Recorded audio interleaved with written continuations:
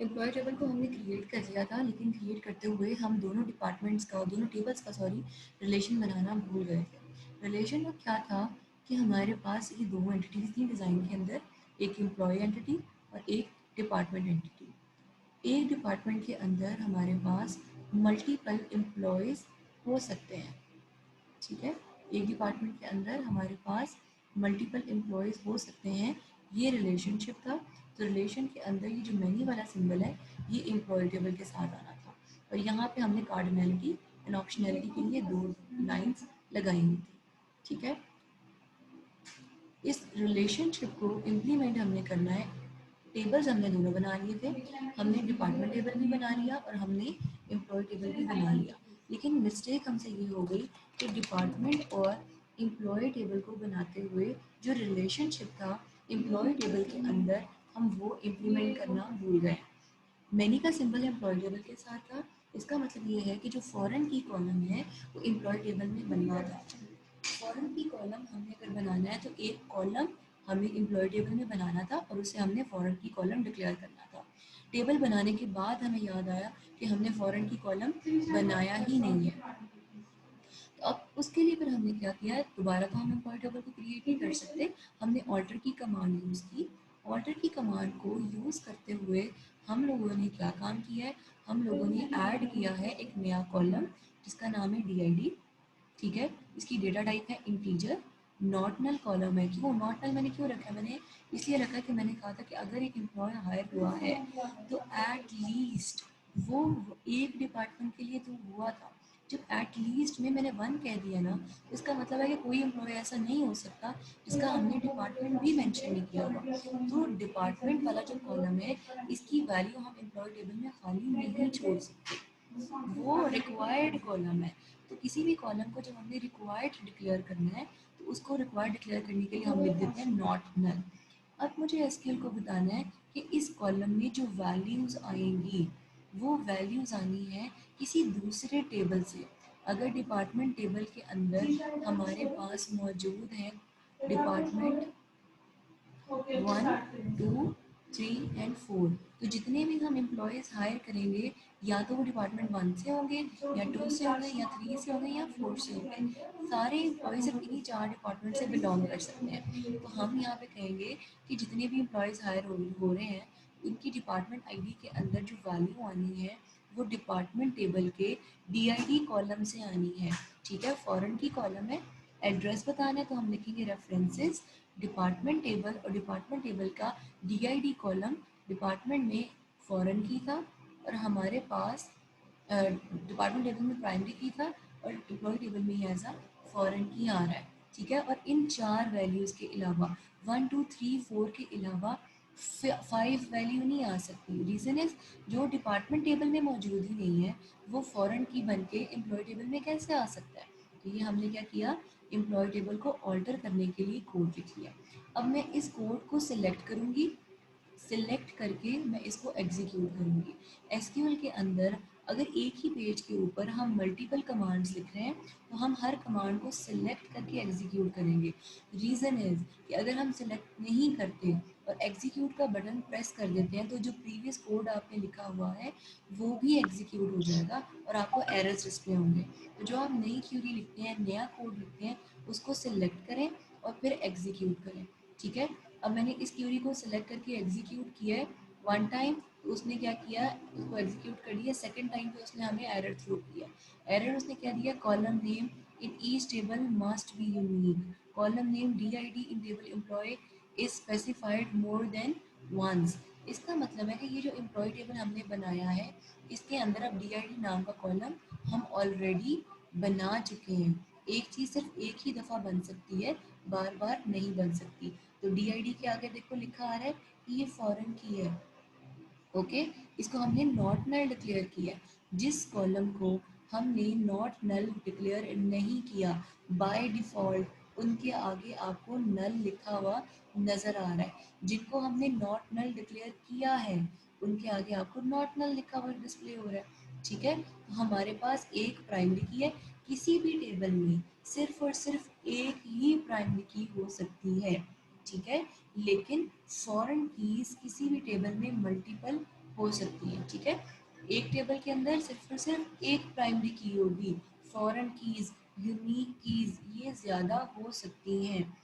अगर किसी कॉलम को हमने ड्रॉप करना है, ठीक है, एक कॉलम हमसे एक्स्ट्रा बन गया, हमें लगता है कि हमें उसकी ज़रूरत नहीं है, उस कॉलम को हम ड्रॉप कैसे करेंगे? अब हमने क्या करना है, टेबल को ऑल्टर करना है ना, टेबल बना हुआ है, उस टेबल के अंदर से हमने एक कॉलम ड्रॉप करना है, तो मैं लिखूंगी alter table employ, employ table में से मुझे ड्रॉप करना है सिटी वाला कॉलम, ठीक है। तो मैं यहाँ पे लिखूंगी ड्रॉप सिटी। इसके बाद मैंने इसको सिलेक्ट किया और एग्जीक्यूट किया। ओके, ड्रॉप कॉलम,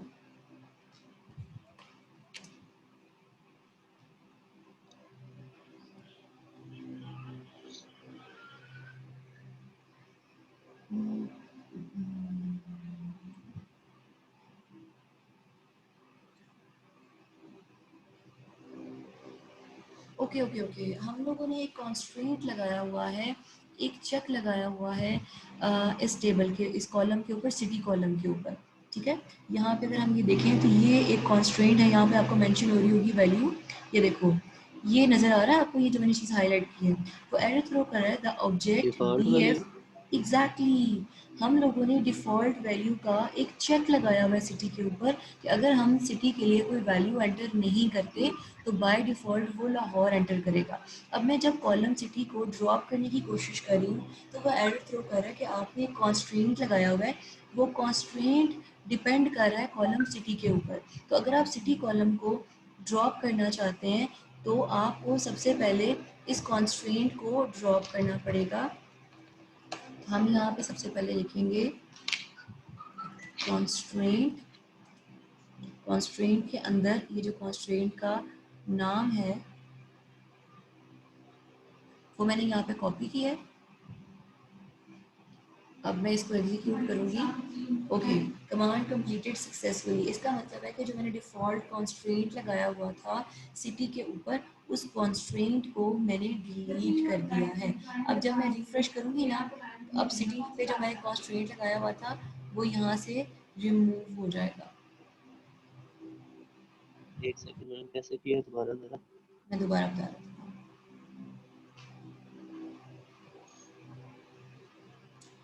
अब आप यहाँ पे देख लो, ये सिटी नाम का यहाँ पे कोई भी कॉन्स्ट्रेंट डिस्प्ले नहीं हो रहा। मैं करना क्या चाह रही थी, मैं करना ये चाह रही थी, मैं कॉलम डिलीट करना चाह रही थी सिटी का। जैसे ही मैंने सिटी कॉलम को डिलीट करने के लिए कोड लिखा, उसने मुझे एरर थ्रो किया कि इस कॉलम के ऊपर एक कॉन्स्ट्रेंट आपने लगाया हुआ है, जब तक हम वो कॉन्स्ट्रेंट डिलीट नहीं करेंगे हम कॉलम सिटी को डिलीट या ड्रॉप नहीं कर सकते। हमें सबसे पहले कॉन्स्ट्रेंट ड्रॉप करना है और फिर हम ड्रॉप कर सकते हैं सिटी कॉलम को, ठीक है। तो मैंने किसी कॉन्स्ट्रेंट को या किसी आपने जो प्राइमरी कंस्ट्रेंट की वैल्यू आपने कैसे ली है? कॉन्स्टेंट की वैल्यू कहाँ से ली है? अब देखो, मेरे पास ये एम्प्लॉय टेबल है, ठीक है, जो मुझे कहाँ जी। से मिल रहा है, मेरी डेटाबेस का नाम है EMP, इसके अंदर एक फोल्डर का नाम है टेबल्स। टेबल्स को एक्सपैंड किया, जितने टेबल्स मैंने बनाए हुए हैं वो मुझे यहाँ पे विजिबल है, ठीक है। एम्प्लॉय टेबल को मैंने एक्सपैंड किया, यहाँ पे जितने मैंने कॉलम्स बनाए हैं, जितनी मैंने कीज डिक्लेयर की हैं, जितने मैंने कॉन्स्ट्रेंट्स लगाए हैं, वो सारे यहाँ पे मुझे विजिबल हो रहे हैं। ट्रिगर्स एंड इंडेक्सेस, ये जब हम पढ़ेंगे फिर इसके बारे में बात करेंगे। अभी तक हमने कॉलम्स बनाए हैं, कीज डिक्लेयर्स किए हैं और कॉन्स्ट्रेंट्स लगाए हैं। कॉन्स्ट्रेंट को जब मैं एक्सपैंड करती हूँ तो मेरे पास एक कॉन्स्ट्रेंट आ रहा है डेट ऑफ बर्थ का। डेट ऑफ बर्थ पे मैंने क्या चेक लगाया था, मैंने चेक लगाया था कि ये देखो, CK का मतलब है कोई चेक लगाया, DF का मतलब है कि हमने कोई डिफ़ॉल्ट वैल्यू यहाँ पे सेट की हुई है, सैलरी के ऊपर भी मैंने डिफ़ॉल्ट वैल्यू एक की हुई है। तो ये सारे कॉन्स्ट्रेंट्स हैं, रूल्स हैं। जब भी मैंने किसी कॉन्स्ट्रेंट को ड्रॉप करना है तो मैंने ड्रॉप के कीवर्ड के बाद यहाँ से ड्रैग एंड ड्रॉप किया है, ठीक, ड्रैग एंड ड्रॉप किया मैंने यहाँ से वैल्यू, ठीक है। ड्रैग एंड ड्रॉप करने के बाद मैं यहाँ पे इसको एग्जीक्यूट कर दूंगी तो ये वाला चेक जो डेट ऑफ बर्थ पे लगा हुआ है ये मेरा ड्रॉप हो जाएगा, मैंने ड्रॉप कर दिया। ओके, ये अब जो चेक था ये मैम अब हमारा जो है डिफॉल्ट वैल्यू जो हमारी है वो सिर्फ हमारी वो रिमूव होगी ना, लेकिन हमारा सिटी का टेबल जो बना हुआ है वो तो रिमूव नहीं होगा ना, कॉलम। हाँ, कॉलम नहीं ड्रॉप होगा, ये सिर्फ हमारे हम जो डिफ़ॉल्ट वैल्यू या जो चेक अभी मैंने चेक डेट ऑफ बर्थ के ऊपर जो लगाया हुआ था ना, वो डेट ऑफ बर्थ से एज कैलकुलेट हाँ होके हाँ, वो अब वो मैंने ड्रॉप कर दिया। ठीक है, तो सिर्फ वो चेक रिमूव हुआ है, ठीक है। कॉलम ड्रॉप नहीं हुआ। ठीक है, ये चेक ड्रॉप हुआ है। अब मुझे अगर मुझे ये चेक दोबारा लगाना है, अगर मुझे ये चेक दोबारा लगाना है, अब ये चेक ड्रॉप हो गया है। देखो जो डेट ऑफ बर्थ के ऊपर लगा हुआ था, अगर मैं कॉन्स्ट्रेंट को रिफ्रेश करती हूँ ना, तो ये जो डेट ऑफ बर्थ के ऊपर मैंने एक कॉन्स्ट्रेंट लगाया हुआ था, वो कॉन्स्ट्रेंट मेरा ड्रॉप हो गया है। लेकिन मुझे डेट ऑफ बर्थ के ऊपर ये कॉन्स्ट्रेंट दोबारा चाहिए। ठीक है, तो मुझे दोबारा क्या करना पड़ेगा, मुझे तो दोबारा ये चेक लगाना है, ये कॉन्स्ट्रेंट लगाना है। कॉन्स्ट्रेंट लगाने के लिए मैं ऑल्टर करूँगी दोबारा टेबल को, ऑर्डर टेबल एम्प्लॉय, ऑल्टर की कमांड के थ्रू मैं ऐड करूँगी एक कॉन्स्ट्रेंट। ठीक है, कॉन्स्ट्रेंट का मुझे अब खुद से एक नाम रखना पड़ेगा। मुझे डेट ऑफ बर्थ के ऊपर एक चेक लगाना है। ठीक है, चेक।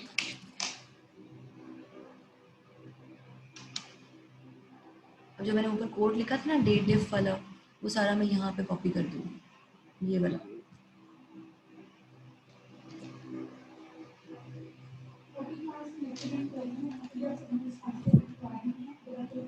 ओके, जो सारा आप मुझे चेक लगाना है डेट ऑफ बर्थ के ऊपर वापस जैसे मैंने पहले लगाया हुआ था। तो मैंने क्या काम किया है, मैंने जो सारा ऊपर कोड लिखा हुआ था उसे यहाँ पे इस तरह से लिखा है। अब दोबारा सब बच्चे गौर से सुने, मैंने कॉन्स्ट्रेंट को डिलीट कर दिया था, लेकिन मुझे लगता है कि नहीं, डेट ऑफ बर्थ के ऊपर मुझे ये कॉन्स्ट्रेंट रखना है। तो टेबल बन चुका हुआ है, टेबल दोबारा नहीं बन सकता। अब जो डेट ऑफ बर्थ वाला कॉलम है ना, उसके ऊपर दोबारा मैंने एक चेक इम्पोज करवाना है। तो मैं क्या लिख रही हूँ, मैं लिख रही हूँ ऑल्टर टेबल एम्प्लॉय। ये लिखने के बाद मैं कह रही हूँ कि ऐड कर दो एक कॉन्स्ट्रेंट। उस कॉन्स्ट्रेंट का नाम ये रखना है। कॉन्स्ट्रेंट है क्या, कॉन्स्ट्रेंट ये है कि चेक करना है कि डेट ऑफ बर्थ जो किसी भी एम्प्लॉय की एज है वो ग्रेटर इक्वल हो 18 से एंड लेस इक्वल हो 50 के। अब इस सारे कोड को मैंने किया सिलेक्ट और मैंने किया एग्जीक्यूट। कमांड कंप्लीटेड सक्सेसफुली, यानी कि जो मेरा कॉन्स्ट्रेंट है अब वो दोबारा लग गया। कॉन्स्ट्रेंट वाले फोल्डर को मैं रिफ्रेश करूँगी। रिफ्रेश करेंगे अगर आप, तो DOB_CK इस नाम का अब चेक बना है। अब दोबारा ज़रा डिस्कस करते हैं चेक्स का जो नाम यहाँ पर डिस्प्ले हो रहा है उसको। देखो, जब मैं टेबल को क्रिएट करते हुए कॉन्स्ट्रेंट्स लगा रही थी, तो एसक्यूएल सर्वर अपनी अपनी तरीके से उनके नाम रख रहा था। ठीक है, उसने अपने तरीके से हर चेक का नाम रखा है। लेकिन जब मैंने ऑल्टर की कमांड के थ्रू कॉन्स्ट्रेंट लगाया है, तो उस कॉन्स्ट्रेंट को मुझे लाजमी तौर पे कोई नाम देना है, क्योंकि ये मैं अलग से टेबल को ऑल्टर करते हुए कॉन्स्ट्रेंट लगा रही हूँ। ठीक है, तो मुझे नाम प्रोवाइड करना यहाँ पे मस्ट है। अब जो नाम मैंने प्रोवाइड किया है कॉन्स्ट्रेंट्स के अंदर, वो वाला नाम डिस्प्ले हो रहा है। ठीक है, तो यहाँ पे मैंने डेट ऑफ बर्थ के ऊपर अब एक कॉन्स्ट्रेंट लगा लिया है। अगर कॉलम्स को हम एक्सपैंड करें, तो डेट ऑफ बर्थ के कॉलम के ऊपर हम लोगों ने कुछ कॉन्स्ट्रेंट्स लगाए हुए हैं। यहाँ तक की बात क्लियर है? सबको क्लियर है कि ऑल्टर के थ्रू, ऑल्टर टेबल के थ्रू हम जी। टेबल के अंदर कॉलम्स को ऐड कर सकते हैं, नए कॉलम ऐड कर सकते हैं। किसी एग्जिस्टिंग कॉलम के ऊपर हम कोई चेक लगा सकते हैं। किसी एग्जिस्टिंग कॉन्स्ट्रेंट को हम ड्रॉप कर सकते हैं। किसी एग्जिस्टिंग कॉलम को हम ड्रॉप कर सकते हैं। ठीक है, सबको क्लियर है यहाँ तक? किसी को कोई प्रॉब्लम, किसी को कोई इशू? जी। ओके, हम लोग पूरा का पूरा कोई टेबल ड्रॉप भी कर सकते हैं। ड्रॉप टेबल एम्प्लॉय, अगर मैं इस कमांड को एग्जीक्यूट कर देती हूँ तो हमारा एम्प्लॉय टेबल ड्रॉप हो जाएगा। ठीक है, अगर मैं इसे एग्जीक्यूट कर देती हूँ। मैंने तो अभी जो करेगा, क्या? रहने देना, फिर दोबारा बनाना पड़ेगा। हाँ, दोबारा बनाना पड़ेगा। तो अगर हम इसको एग्जीक्यूट कर देते हैं तो हमारे पास एम्प्लॉय टेबल ड्रॉप हो जाएगा। ठीक है, अभी हम लोगों ने कुछ ट्रांजैक्शन मैनेजमेंट पढ़नी है। ट्रांजैक्शन मैनेजमेंट में क्या होता है, हम बिगिन करते हैं एक ट्रांजैक्शन, ठीक है, उसके बाद हम लोग क्या काम करते हैं, लाइक मैंने ना बिगिन ट्रांजैक्शन को एग्जीक्यूट किया है, उसके बाद मैंने एम्प्लॉय को ड्रॉप कर दिया है, ठीक है। अब यहाँ से मेरे पास से एम्प्लॉय टेबल ड्रॉप हो गया, ओके। मैं आपको यहाँ पे दिखा देती हूँ, एम्प्लॉय टेबल मेरे पास ड्रॉप हो गया है, लेकिन ट्रांजैक्शन चूँकि मैंने बिगिन की हुई थी, तो ट्रांजैक्शन को या तो हम कमिट कर सकते हैं,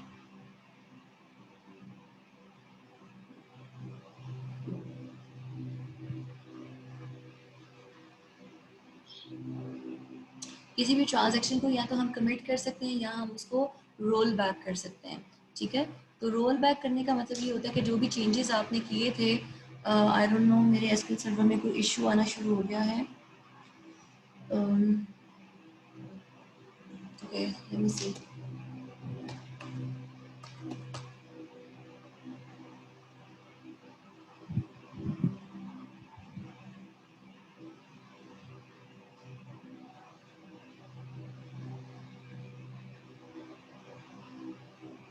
ओके, मैंने किया ये था कि मैंने ट्रांजैक्शन को बिगिन करके एम्प्लॉय टेबल को ड्रॉप किया था, ठीक है। ड्रॉप करने के बाद मैंने रोल बैक कर दिया, तो जो भी चेंजेस मैंने किए हुए थे वो रिवर्ट हो गए, ठीक है। लेकिन अगर हम ट्रांजैक्शन को बिगिन किए बगैर एम्प्लॉय टेबल को ड्रॉप कर देते, तो हमारा एम्प्लॉय टेबल हमें कभी भी वापस यहाँ पे विजिबल ना होता, अनलेस हम इसको दोबारा ना बना लेते।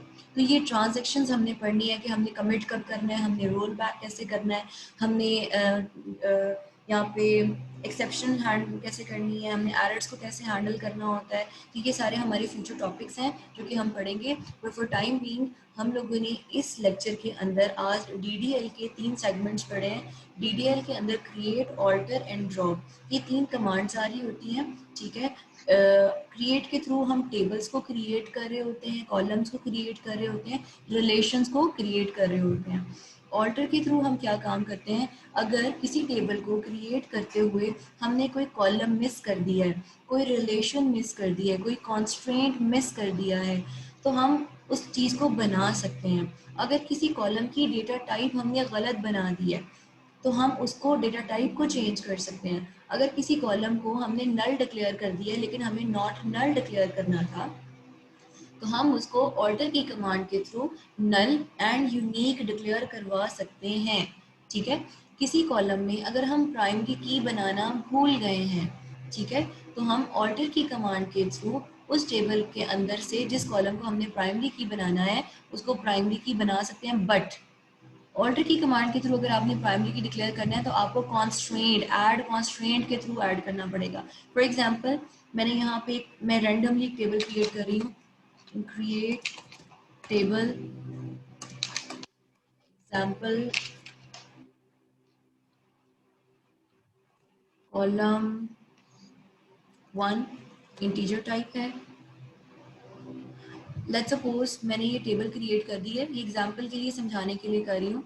अब इस टेबल को मैंने बना तो लिया लेकिन मैं प्राइमरी की डिक्लेयर करना भूल गई हूँ, तो मैं इस टेबल को ऑल्टर करूँगी, ऑल्टर टेबल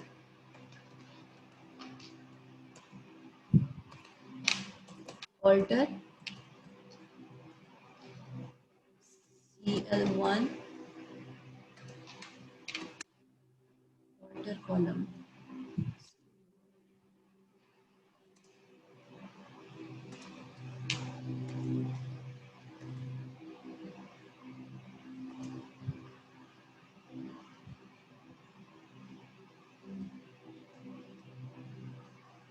मैं आपको ऑल पॉसिबल जो एरर्स हो सकते हैं ना आपके टेबल क्रिएट करते हुए, वो करके बता रही हूँ। मैंने यहाँ पे टेबल को नॉट नल डिक्लेयर कर लिया लेकिन मैंने इसको प्राइमरी की डिक्लेयर नहीं किया, तो मैं लिखूँगी ऑल्टर टेबल एग्जाम्पल, ठीक है। और मुझे यहाँ पे क्या करना है, मुझे ऐड करना है एक कॉन्स्ट्रेंट जो कि प्राइमरी की कॉन्स्ट्रेंट है, ठीक है। मुझे प्राइमरी की डिक्लेयर करना है,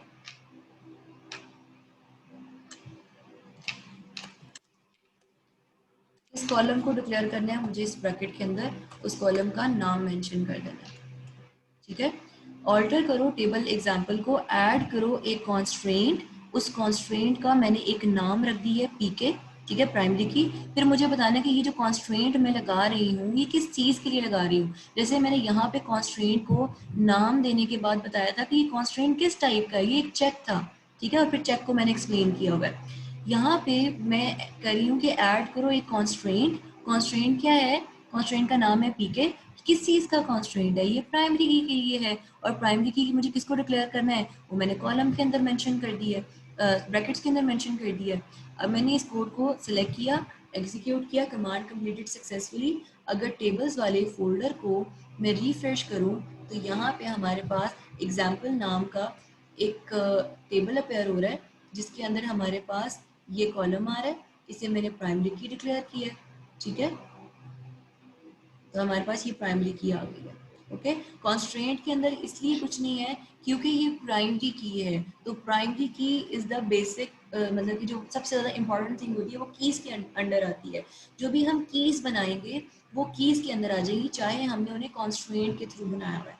अगर हम डिफ़ॉल्ट का, चेक का, लाइक इस तरह के कोई कॉन्स्ट्रेंट्स लगाते हैं तो वो कॉन्स्ट्रेंट्स के फोल्डर के अंदर लाई करेगा, ठीक है, क्योंकि वो रूल्स हैं, वो कीज़ जो है वो सेपरेट होंगी, फॉरेन की, प्राइमरी की, यूनिक की, ये कीज़ डिफरेंट होंगी। जो कॉन्स्ट्रेंट है, कॉन्स्ट्रेंट होंगे डिफ़ॉल्ट के, कॉन्स्ट्रेंट होंगे हमारे पास चेक के, कॉन्स्ट्रेंट होंगे हमारे पास एंड बिटवीन के, इन ऑपरेटर के साथ, and so on.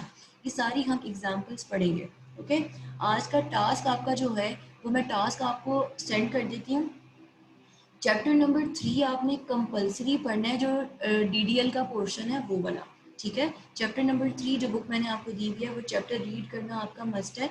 Chapter number 2 and 3 दोनों का कंबाइंड क्विज होगा आपका, और इस बार क्विज मल्टीपल चॉइस क्वेश्चंस के लिहाज से ही होगा, कोई ईआरडी का नहीं होगा। तो मल्टीपल चॉइस क्वेश्चन में आपको chapter number 2 and chapter number 3 का जो क्रिएट वाला पोर्शन है, जहाँ पे हम लोग डीडीएल के बारे में पढ़ें, टेबल क्रिएट कैसे होते हैं, ऑर्डर कैसे होते हैं, ड्रॉप कैसे होते हैं, ड्रॉप एंड डिलीट में डिफरेंस क्या है। तो चैप्टर 3 का यहाँ तक का पोर्शन जो है वो आप लोगों ने कवर करना है। आप लोगों का इसके हवाले से क्विज होगा, and if you want to ask something you can ask me now.